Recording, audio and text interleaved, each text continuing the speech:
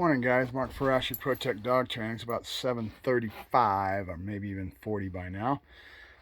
Just got done spraying down my kennels. I usually go out and scoop and get it wet real good so I can come back and give it a good cleaning, and I get a glass of tea in between. So we're drinking our tea, but I got my little Yack Session mentality going on right now. So the other night I was watching a video put out by Robert Cabral, and I'm going to go ahead and give the name because usually I try not to say people's names. One, you don't want to promote your competition. He's really not my competition. He doesn't live in my area, but generally I try not to do that, and then I try to not mention names of particular individuals and be a name dropper, so to speak. But Robert's doing a real good job. The other night he had a really good interview on. He put himself the studio together. If you haven't noticed, if you guys that do watch him, fine. Those that you don't know, go find him. But he's done a really good job of interviewing some heavy, what I call heavy hitters, right? He's got Avi, in Schutzen. He's interviewed Oscar Mora and the heavy hitters in sport type of area. And he just got a hold of a guy that I think he's been friends with for a while that's into the law enforcement, special forces, high echelon dog trainer that does executive protection like me. And these guys, some of them are good, some of them are, just trainers that, not really trainers, but police officers and stuff that really I wouldn't coin as much of a trainer as they really need to be. They're more, they understand how to get the dog a certificate to get them on the street and all that, and they know the ins and the outs of tactics, because that's what they get taught as a handler, and that's usually their experience as being a handler. And then there's those that go past that and that become actually knowledgeable and really understand their bloodlines and really get into the aspects of understanding the dog, and I would call them more of a dog man, right? And this gentleman he knew his stuff, the names he was talking about, some of the names. I know all these, I don't know them personally. I've never met, most of them I've never met, but I know of them through conversations over the years. It's interesting when you start hearing conversations like that and these names, and what they stand for. I won't say the gentleman's name, but there's somebody that's no longer with us anymore that used to be the whole originator of tabletops, and some of you guys don't understand that there's a lot more than just that one bark box that they use now that has become real popular. Everything's in phases, right? There used to be a round table, a square table, and a long table. And it was from the bird dog type of an area, but this gentleman was really well respected, and he hung around the heavy hitters back then there was a group of them out here in California that were law enforcement using the tables, and then back in those areas back in the southern states that they reside in, a lot of these guys, these dog guys, are still back there because they're dealing with, the coon dogs and all this, and they get raised around in a hunting environment and dealing with dogs. You start hearing the names, and again, there was one name he kept mentioning. I've never met the man, and I just recently got a line on him, but I've seen in an interview he did with somebody that told me he knew his stuff pretty well, and it just really makes me get into the conversations that dog people have when they're around each other and they start talking and they start dropping these names. Each one of them has a certain style and is known for a certain thing. This gentleman with the tables is the one that brought tabletops to us, and it's very controversial because it's a tool that takes away his ability to flight, and you put a lot more mental pressure on the dog, and if you don't understand how to use it, you're gonna blow the dog out of the water, and you're gonna ruin a lot more dogs than you're going to be able to build, right? Because you don't have the skill. And so it's interesting. And then the other thing they started talking about was e-collars. And this is something that I've got a thread on my community board. If you go onto my YouTube page and you look for the community tab, I've set up a bunch of these videos that I've done in the past. I did one series on e-collar, and I tell you exactly where to get the knowledge and where it's all at, and this is what I believe. And he mentioned it's the Dobbs. The Dobbs are no longer with us. They've still got their website up. It's a broken site. It's not really that well put together anymore. It's kind of fragmented, but it's still there. Okay, so a lot of the articles that they've written over the years are still there. So if you want to learn something about Dobbs Training Center, something like e-collar, Dobbs, whatever, keep doing a search and find that webpage. And like I said, it's fragmented. The buttons aren't there. They don't have any of the bells and whistles that most websites do today, but it's still there. And the articles are still there. Go to the Schutzen section and study the three-way turnoff and how to indoctrinate, how to get your dog started on the e-collar. in the right way, right?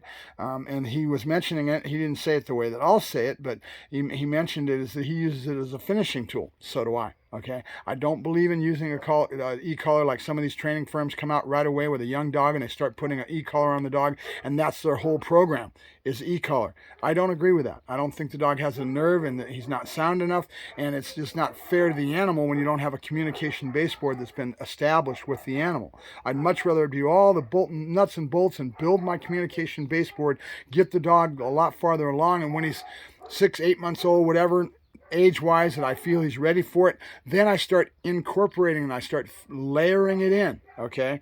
Layer in the stem collar in such a way that he learns, and you give the power to the dog so the dog learns how to turn off that collar. And then it's the user, and you hear me say it 1,000 million times, it's any tool is only as good as the person using it, right? So your concepts of it, your mental aspects of how to use this tool should be like mine. I would hope it would be like mine, that it's not a bigger stick, that you're not frying the dog trying to get him to out, that kind of thing. That's when you reach frustration and you're not using your head and you're just using a tool to get a bigger stick and beat the dog off the sleeve. That's, you're zapping him. It's not that you wouldn't see me do that, but it would be my last resort. It would be the last thing that I did. I would try every other method I could. And if I do it right, like right now with these puppies, what have I done? I've done the old classic trade for food to get them out, and right away my other hand comes towards them for the food, right? And so they're outing real. They start to understand that word out.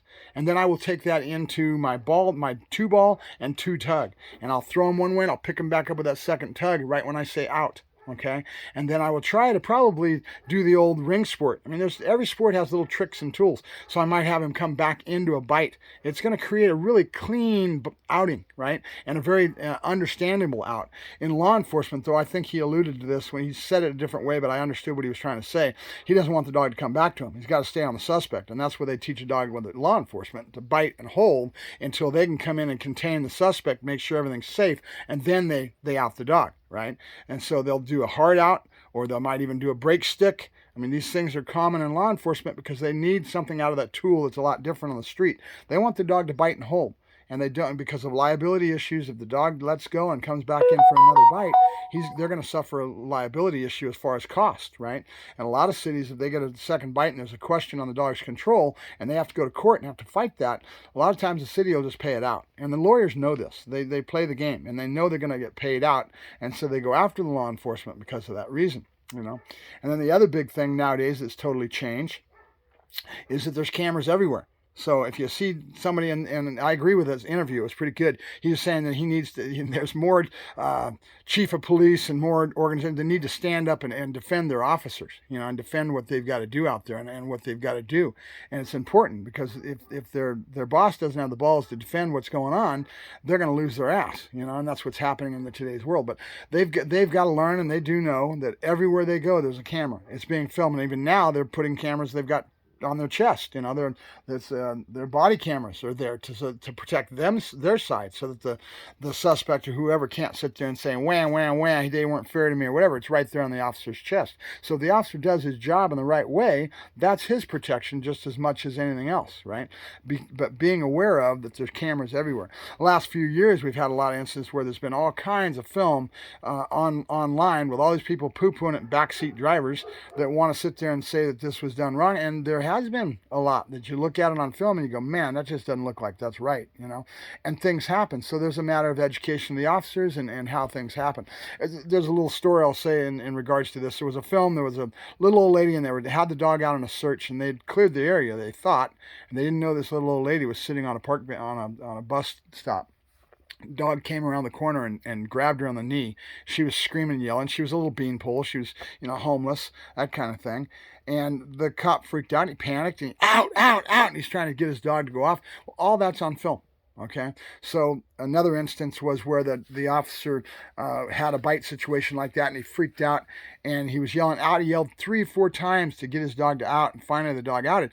Well, think about this. In a law enforcement sense, if you kept your head and you had your head in the right place, what stops you from grabbing that dog and doing a hard out? Okay, and then putting that pressure on the dog's neck and choking him off the bite and waiting for him to gasp for air. And as soon as he outs, you say out only one time and move the dog's head out of the way and out of the situation. it looks a lot better on film, right? So if that officer wouldn't have panicked and wouldn't have freaked out and started yelling out 6,000 times, that's on film the whole time. And when you get into a court of law, it's kind of hard to say your dog wasn't under control, right? So it's a lot about having your head in the right place and be able to understand how to handle the situation, even when something goes south on you. You know what I mean? And so that's today's day and age that we live in, you know. And then there's officers that maybe that not doing their jobs and they're letting the dog do an indiscriminate bite and it's getting caught on film, and that's just their own fault. You know, they're blowing purple Twinkies. But to be a backseat driver and to judge that and to sit here and ever open my mouth and say that wasn't done right, that's not fair. It's not fair to the officer. You weren't there. You don't know. Really, all you see is one little square. You know, this little square that I'm talking to you right now. And one little time frame is not fair to a really fluid situation that so much goes down, okay? And then all you see is this one little skid, and then all these backseat drivers are going, wah, wah, wah, wah, wah. You know, people that aren't professionals, you know, that professional law enforcement officer that's out there to train to do his job, if he's doing it right, deserves all of our respect to be able to not be judge and jury just watching this little square. You see what I mean? If it's happening in a court of law, there's a lot more information that's going to come out because he's going to have defense and hopefully he'll win because he was righteous, you know. I mean, if you're not righteous, then maybe you deserve to go down. But in a general sense, for the public to be making all these outcries with so little knowledge and to be judging things from this little square that you're looking at, it's not fair because you don't understand all the things that we've got to go through, you know. So it is what it is. But so it was interesting, and I really would love to get around some of these guys that are really heavy dog people that I could learn and grow from and be able to soak in a lot of knowledge. I've got a little bit under my belt, but I don't have the tactical, I don't have the safety, I don't have the frame of mind that would put me in the right place to be able to do my job out on the street. I wouldn't want to go out on the street, to be honest with you, but I'd love to be a trainer working with them and be able to help produce a product. The more I know about what they've got to do in a safety aspect, the more I know about what they've got to do out there on the street to stay safe and the reason that they might train their dog a little bit differently than I would in a civilian sense, the better job I can to produce the product that I love to produce, which is why I'm breeding the Dutch Shepherd. I want to see my dogs go to higher echelon capacities in what they do. That's the thing that blows my boat. You know, I mean, that blows my skirt up, as they say. You know, whatever blows your skirt up, it gets me excited. Is to know my dogs are out there doing their job. You know, something that I've trained, like Dutch, that one Dutch Shepherd that I trained that's now in the Bay Area as a police dog.